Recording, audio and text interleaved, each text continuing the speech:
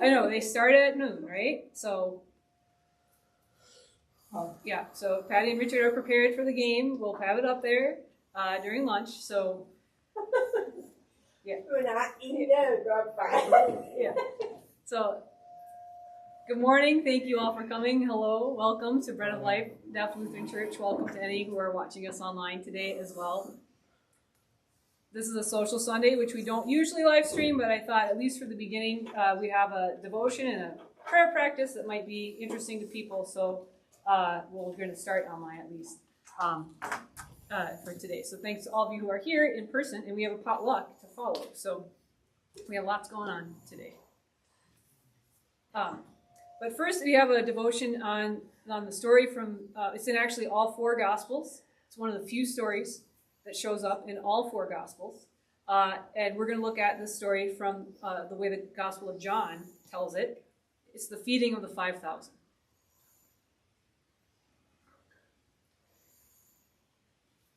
Yep. Yep. So in the way John tells it, he says, Jesus crossed Lake Galilee,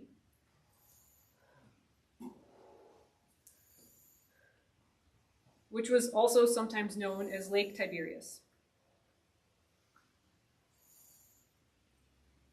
So, and a large crowd had seen Jesus work miracles to heal the sick. And this crowd of people went with him.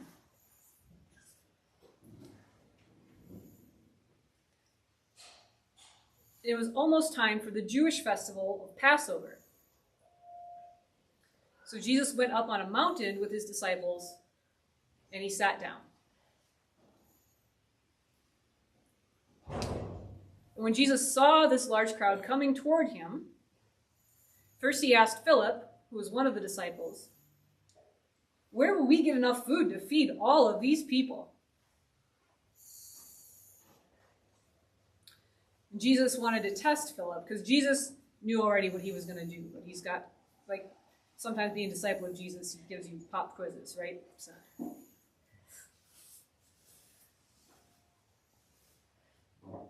Philip answered, "Well, don't you know it would take almost a year's wages to buy just a little bit of bread for all of these people?"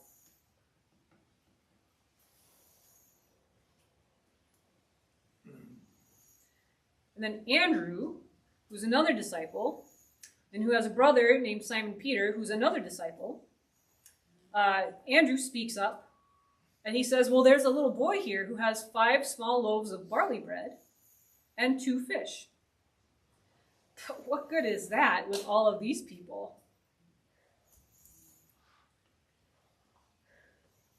Okay.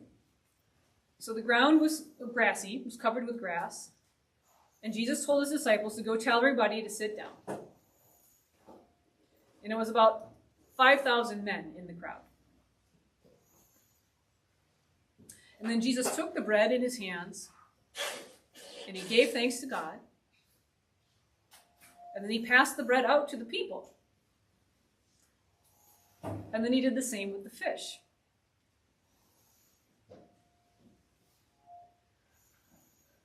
And he did this until everyone had plenty to eat. So the people ate everything they wanted to. And then Jesus told his disciples to go gather up the leftovers so that nothing would be wasted. So the disciples gathered up all the extra food, and it was enough to fill 12 large baskets with what was left over from 5 barley loaves.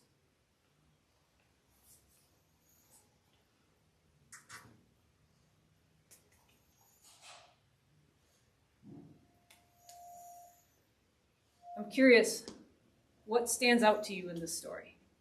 What do you notice? What are you curious about?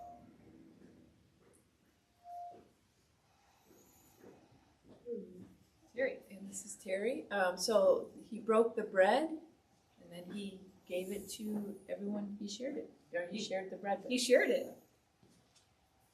And then the fish, there were 2 fishes, and then maybe they were measured out when he gave them to people.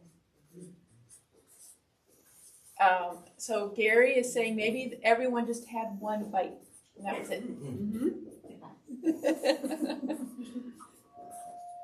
and then Terry's asked me to repeat. So Gary said maybe everyone just has one.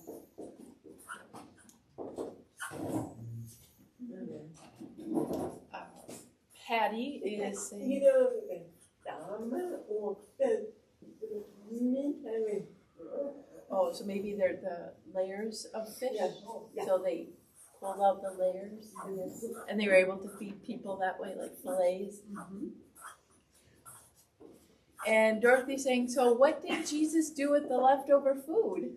That's a great question. The Bible does not tell us, right? You gather up these big 12 baskets, and what happens next? The story moves on. It doesn't say what happens. This is Patty. Maybe he can eat it himself. Right?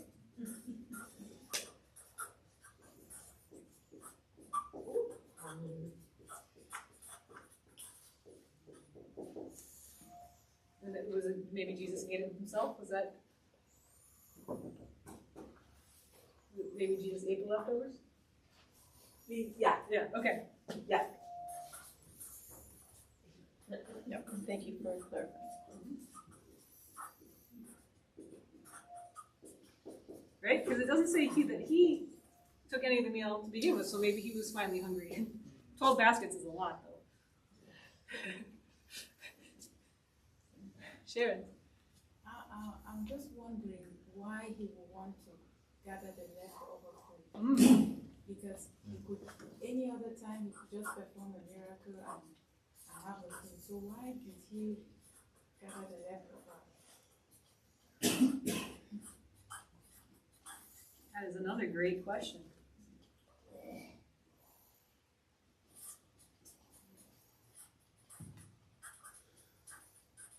Miss Hannah. Can you repeat what Oh, sorry. Yes. they're saying? Yes. So far we've noticed that Jesus shared the bread and the fish. We're wondering if he had to kind of measure them out, portion them out. Some wondered if maybe everybody just had one bite. Some wondered if, because fish have kind of layers, so maybe as he just took the layers off, that's how it was able to go through the whole crowd. Dorothy wondered what happened to the leftovers, and we speculated maybe Jesus ate them. And then Sharon wondered, why did he gather up the leftovers? Other miracles, he just does the miracle and moves on. But why bother to gather up the leftovers from this miracle?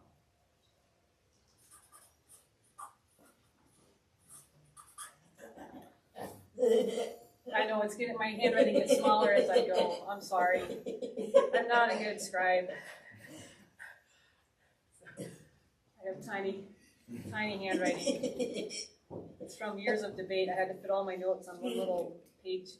So I got tinier handwriting, and now it's hard for me to go back.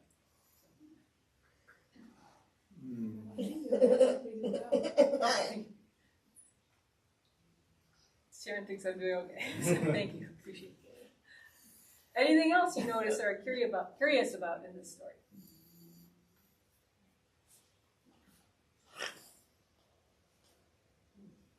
And this is Dorothy. So after people ate, were they watching Jesus to see what he would do next? Oh, okay. So Dorothy asked, after people ate, were they watching Jesus to see what he would do next? Correct. Yes. And then Sharon. I'm still wondering, it's just a wonder as well. Why would Jesus, knowing what to do, ask feeding?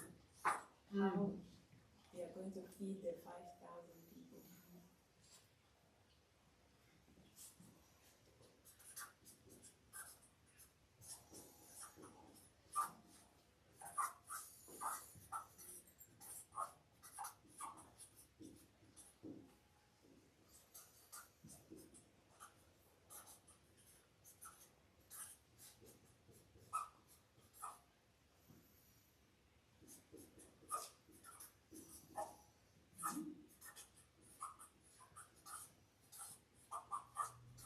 Okay, and for Hannah's sake, that Sharon's question was, why did Jesus ask Philip? If he knew already what he was going to do, why did he ask Philip how to feed the people?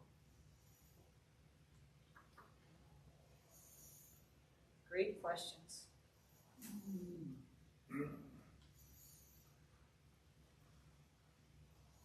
Any others that want to come up?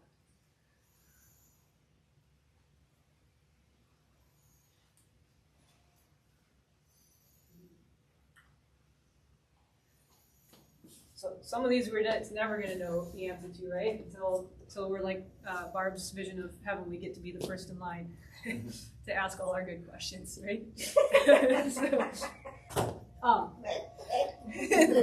Dorothy said you'll have to compete with Barb. I know. We're all going to have to compete with Barb to get to the front of the line. So we can make some educated guesses maybe, or we can see like partly the Bible is what happened in Jesus' life, right? And then also, but it was meaningful enough that people thought it still holds meaning for our lives today. And that's true for the 2,000 years that have come since Jesus, right? So partly we come with our questions, and that maybe helps us understand.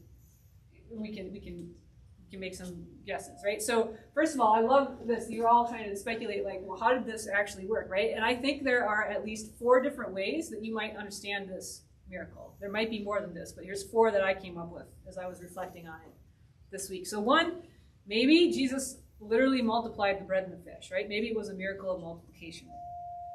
So that what was 5 little loaves and 2 little fish suddenly somehow becomes enough for the 5,000 to eat until they are full and have 12 baskets of leftovers. That's one way that it might be a miracle. A different way it might be a miracle is that maybe it was more like our Jewish friends are going to celebrate Hanukkah coming up here, right, soon, and that remembers a time in the Maccabean revolt when there was oil in the menorah in the temple, and it was only supposed to be enough oil to last for 1 night, and somehow it lasted for 8. Sorry, just a little bit. Yep.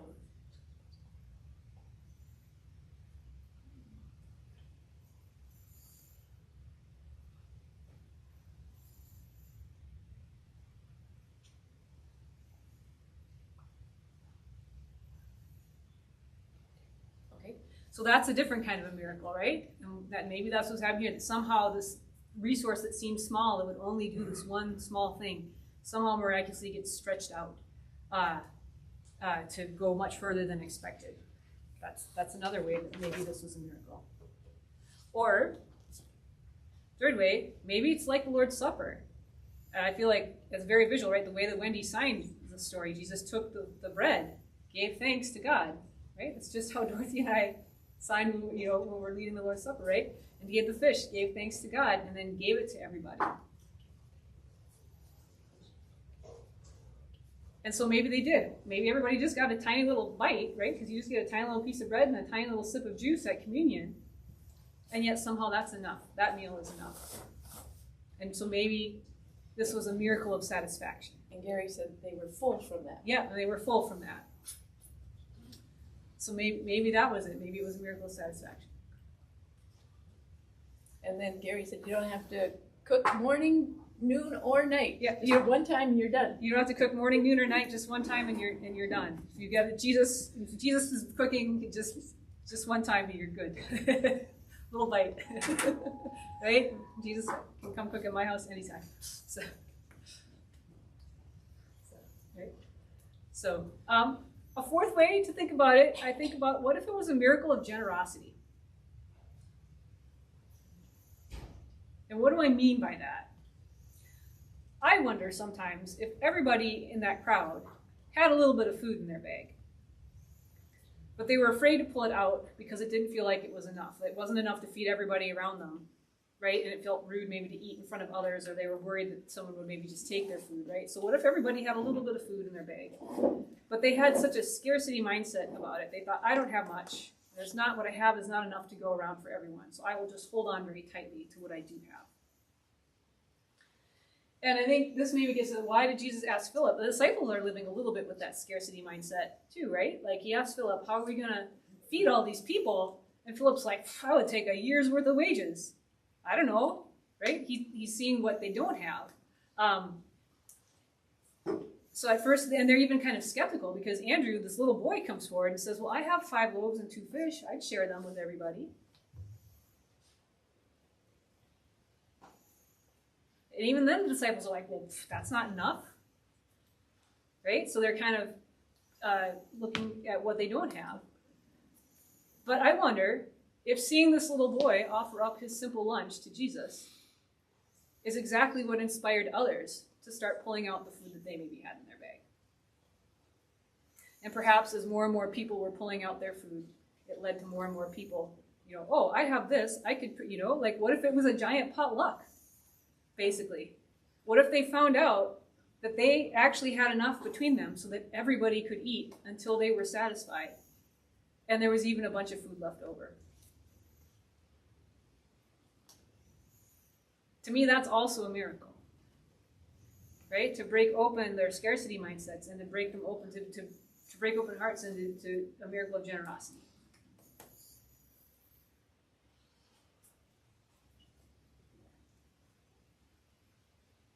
And that's the kind of miracle that we're focusing on today, because we're talking about generosity today.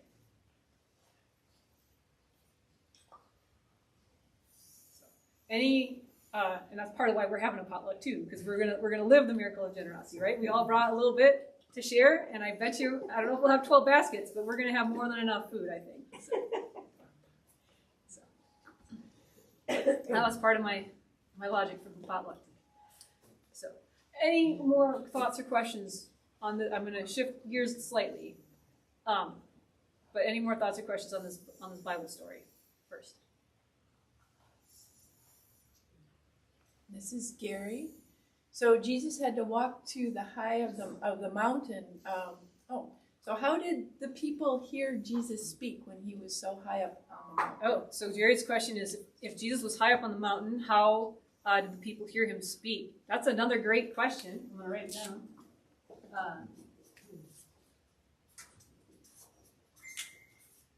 I have a feeling that's maybe part of why he went high on the mountain.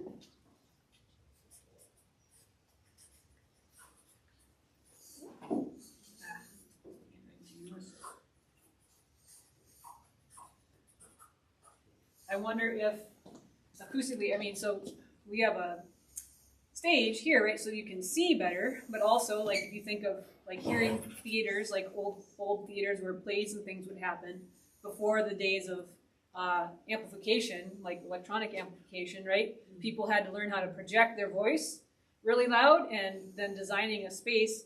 Jesus is outside, so he doesn't have any walls to bounce his voice off of, but, like, maybe being elevated somehow helped the, like, old, if you go to, like at Luther Seminary, there's a very old church from pioneer days, and the pulpit is, like, way up at the top of in the front, and, like, old cathedrals and stuff too, right? Like, they elevate the preacher, and I think partly because somehow that helped their voice go further, like it's falling down. I don't know acoustics well enough, but so maybe being up on the mountain is actually part of what helped his voice carry further, would be my guess.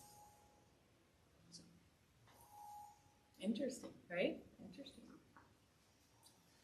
And maybe there was kind of relay, like, if that's a big enough crowd, yeah, maybe that's another miracle there, right? That everybody could hear and understand what was going on, because of the crowd of 5,000 people and no modern speakers, no microphone, like, so a lot of telephone going on.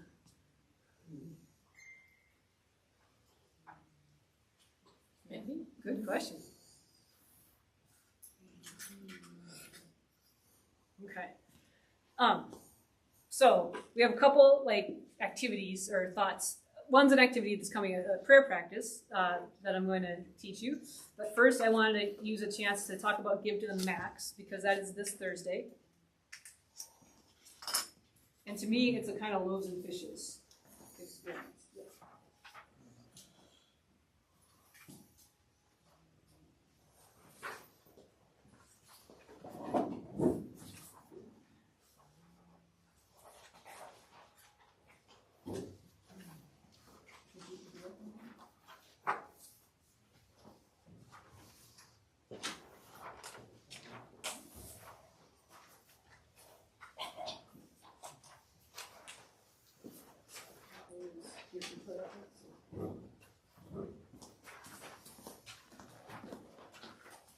So we've been doing Give to the Max. You started this with Pastor Michelle.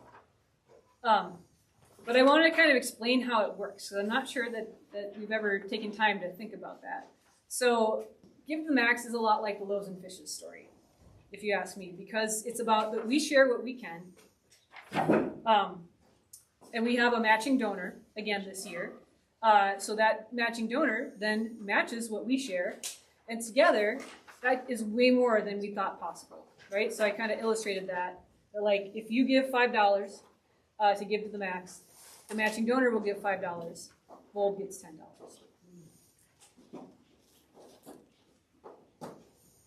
If you give $10, the matching donor will give $10, and Bulb gets $20. Right? So it's kind of an amplification. That's kind of how this one particular day of fundraising works. And it works the best when we draw on the people that we're connected to. So it's a way to help us get support for Bold beyond just the folks gathered in this room or the folks that normally give to Bold, right?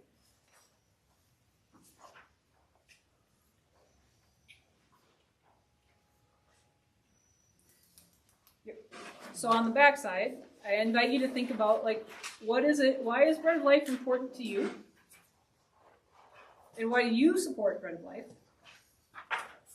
And who are 5 others, friends or family, that you might talk to this week about why Bold is important to you, and who you could invite to join you in supporting Bold on Give to the Max. So again, that's like loaves of fishes. So we give what we can. We invite a friend or inspire a friend to give what they can or to match our gift, and then the matching donor matches both. And boom, suddenly we got 12 baskets of leftovers. Right? Which, to go back to the question of why the leftovers, I think, again, breaking us out of that scarcity mindset, right? To see how much, not only how much do we actually have among us, but how much is even left over. Just opening our minds. So if you, again, to the chart, if you give $5, and if you invite a friend to give $5, that's $10 that will be matched, and $20 total that comes to Bold.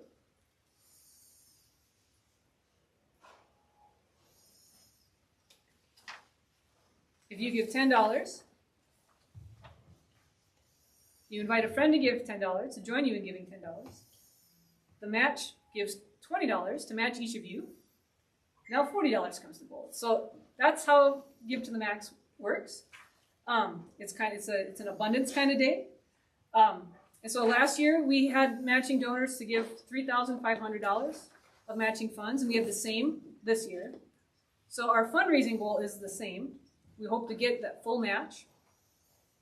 But last year we raised that, but with only 25 people giving to the campaign. And a lot of the 25 people were either staff or people related to staff.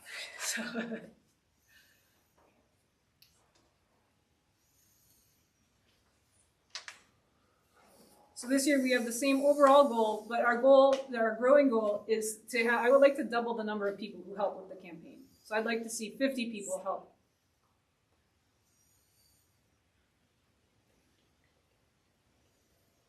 Who help us get there. Does that make sense? So you can, this is yours to keep and take home. You can share it with others too. And if this is online, Give to the Max is online. I know not everybody is comfortable with online. So that's also okay. If you want to help with Give to the Max on Thursday, but you don't want to give it as an online donation, just email me.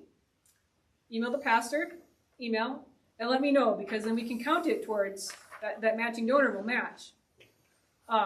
It can be offline. So.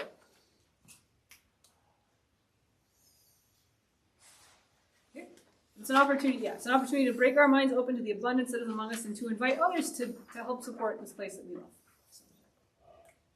Make sense? So that's part 1. Now we'll do the more fun stuff. So if everybody wants to take one of these crocheted fish.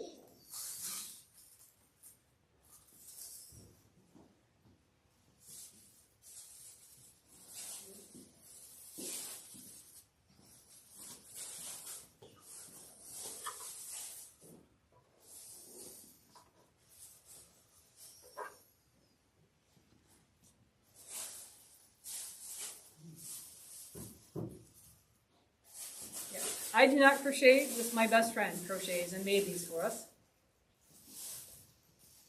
She's a pastor down in Nebraska. And this is her, as all credit to Pastor Breen Sipes. How do you spell it? B-R-E-E-N.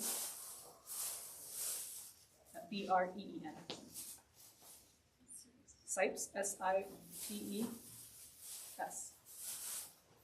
So both this prayer practice and the making of these fish are her idea. But I thought it was really cool, and I was like, would you make them for my folks too? So, and it's all, she makes them, I don't know how she came up with this design. There, you see it's kind of a spiral on the fish. Yep. So it's a tactile experience. If you start, if you put your finger in the center, you can kind of trace it out and trace it in.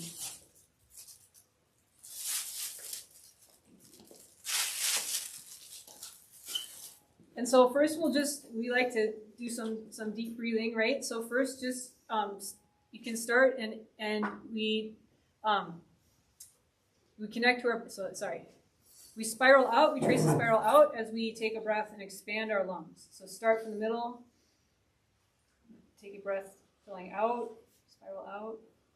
And then when you exhale and your tummy comes in, trace the spiral in. Let's do that for 3 or 4 breaths.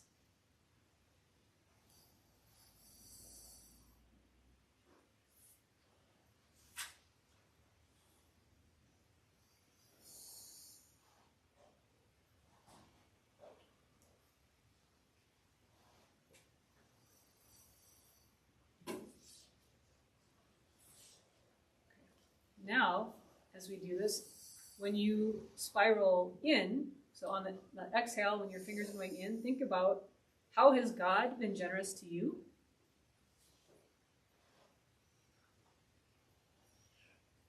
And when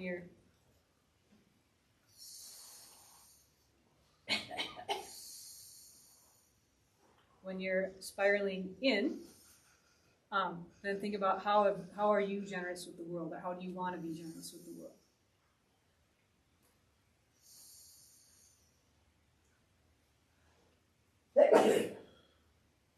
So let's start. So it's on the out. As you're going out, like it's visual, right? How do you go out to the world with generosity? How does God bring generosity in to you?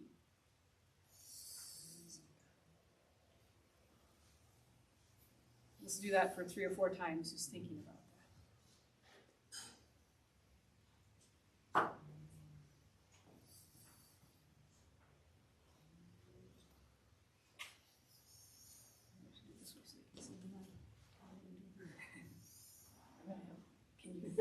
Can you make a big? Yeah. Yeah. Then they can just follow you.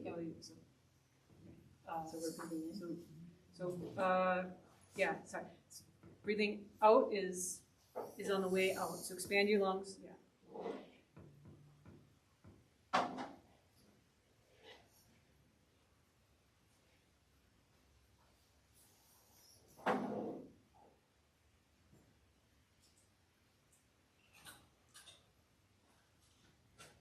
Are you generous to the world? Or is God generous to you?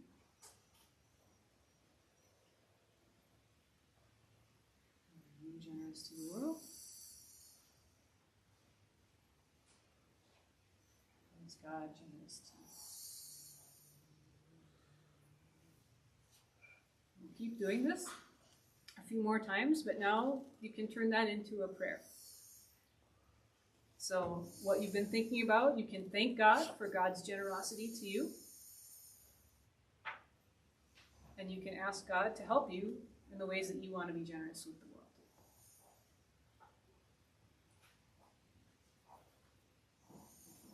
world. So do a few more breaths then.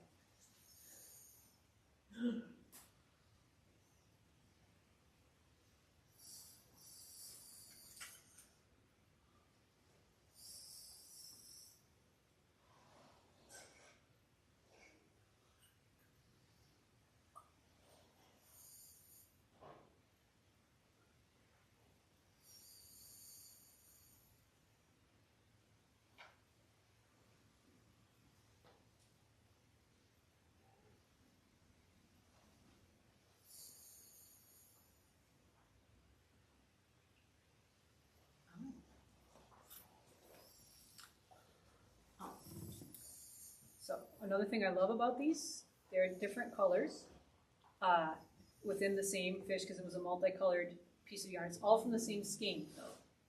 So they're all unique, but they're all connected from the same source. Which is kind of like us too, right? As the body of Christ. So I kind of love that too. So you can know that. This is yours to take home and keep.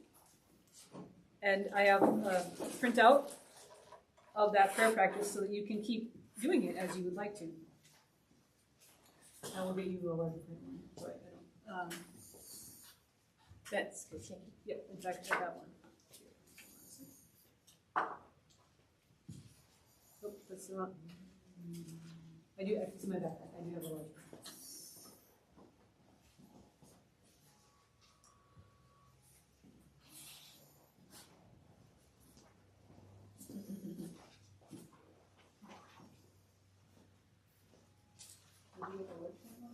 Yeah, Okay, all right. I have those in my backpack. thank you. Oh,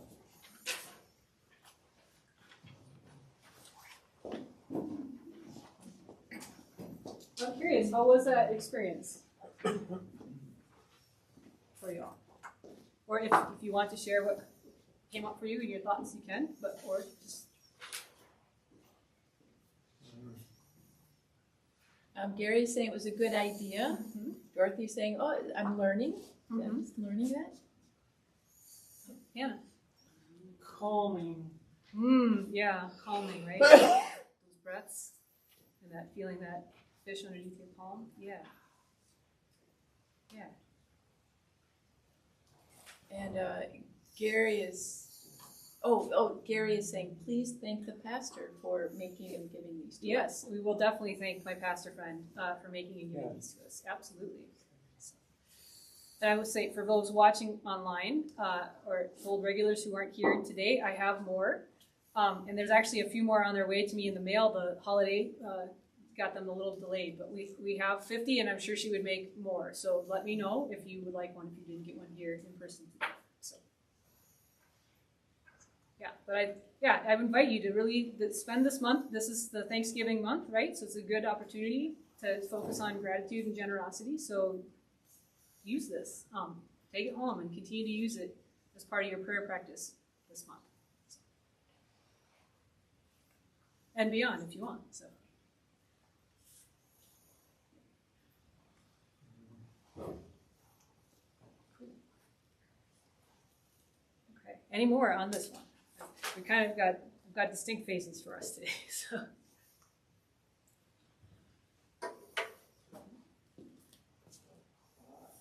Okay, so third thing that we're going to do today is talk a little bit about intentions. Maybe you might remember last year we had an Intention Sunday this time of year. Basically what intentions are a way for you to let Bold know what you intend to share as a financial resource in 2024. So, and why are they important? It doesn't mean it's not like in blood, like, life happens. You might think you're going to be able to give a certain amount right now, and maybe something happens and you can't give that amount. So it's not, we're not going to hold you to it. Nobody's going to, show up at your door on December 31st, pay your tax, So, but it is helpful. They're important, and it's helpful because it helps us know how to budget and plan for 2024. At finance meeting, Troy and I and Mary Jo will join us on Zoom after this, later today. We're going to be working on that budget for 2024. And if you remember back in last February, when we had our annual meeting, we passed a really big deficit budget, right? Which meant we thought we were going to have to spend $98,000 out of our savings for this year, just to get through this year, which was most of our savings, right? So that was like a lot and freaking us out, right? Part of why we thought that is that we made the budget when we did the Intention Sunday last year. Only about 15 or 16 people gave us their intentions. And so the best that we knew, we were just going to get $24,000 about in offerings. So we built the budget based on that. So we knew there was going to be this huge gap. So I have good news to share with you today. Is that we've actually received about just shy of $42,000 in offerings so far. of the trackable. Anybody who has like an offering number, offering envelope number assigned to them. So that's almost double what we thought we were going to get, right, based on the intentions. So that's great. And we still have 2 months left of the year, so certainly that number is going to keep going up by the end of December, right? So I want to say thank you for your generosity, first of all. And that's great news. I have more good news in that amount, what we've received so far to the end of October, is about $300 more than the offerings that had come in to last year by the same time. Is that?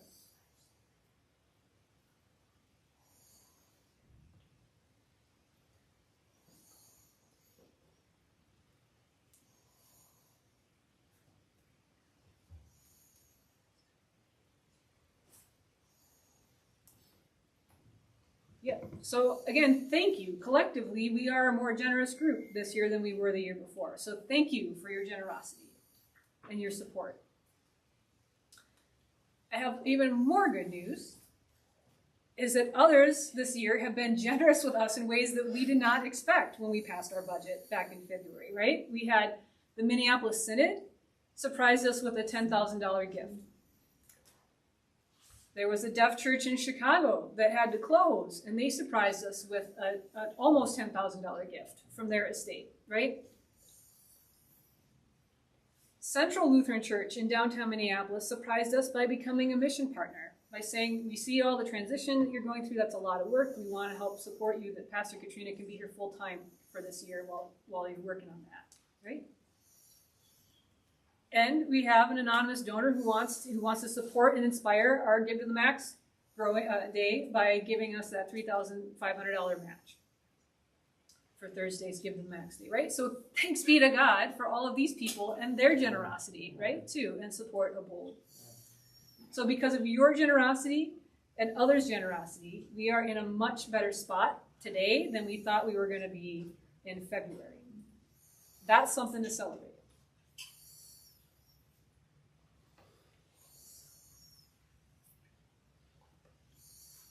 Right? Yay. Yay to that, and thanks be to God for that. So, I want to be clear that we still have had to take significant money out of savings this past year in order to keep paying our bills. So, we've needed to take about $45,000 out of savings to this point in the year. So that's still significant, right? But it's about half of what we thought we would have had to take out by this point in the year. So all of that is just to say that is why intentions are important, because we still would have had to take that significant money out, but we would not have been freaking out so much in February, right? If we would have known that some of that we could not have known, like the surprise gifts from others, no way to anticipate that, right? But in terms of what we are going to share, intentions just help us know so that we know what that gap's going to be and what kind of plan we need to make to try to fill that gap, right? Like how many grants do we need to look for, right? So that's just, they let us know what to expect and give us a more realistic understanding of the gap that we're facing. So you don't have to fill these out today. I would say in the next 3 weeks, it would be really helpful if everybody would provide an intention slip. If you want to fill it out today, you can. But to think about what would you like to give to Bold, or what you feel able to give to Bold in this next year, and to fill this out. So again, it will help us in our budget planning, basically. And again, much like the loaves and the fishes, right? There is more here than we realize. If we're all willing to share what we have to share, there's more abundance in this community than it maybe feels like sometimes. So if you're looking for ideas for how you might, if you're wanting to grow in your generosity with Bold, the 2 ideas we gave last year I think were good ones, so we're going to give the same ideas this year, but also do what you want. So, right, it's no obligation, but one way to think about growing your generosity is to give $1 a day more overall. So, right, there's 365 days in a year, so $1 a day, that's $365 more than what you gave last year. So that would be one way to think about growing generosity. Another way to think about it is to double up 1 month of your giving.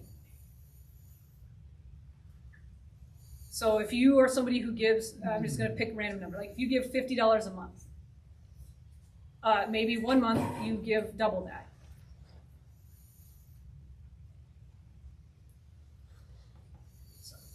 And if that was something you tried last year and it worked, you could try it again. You could even try doubling 2 months.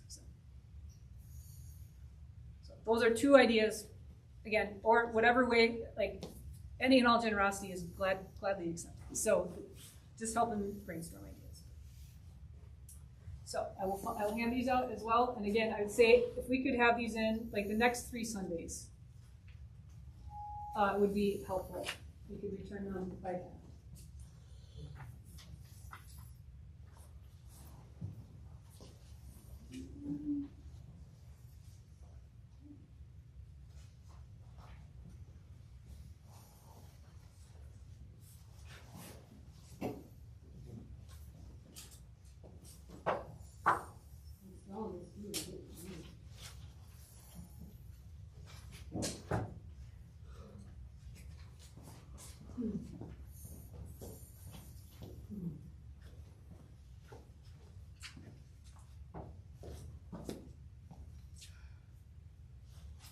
Okay, that's, any questions on any of that?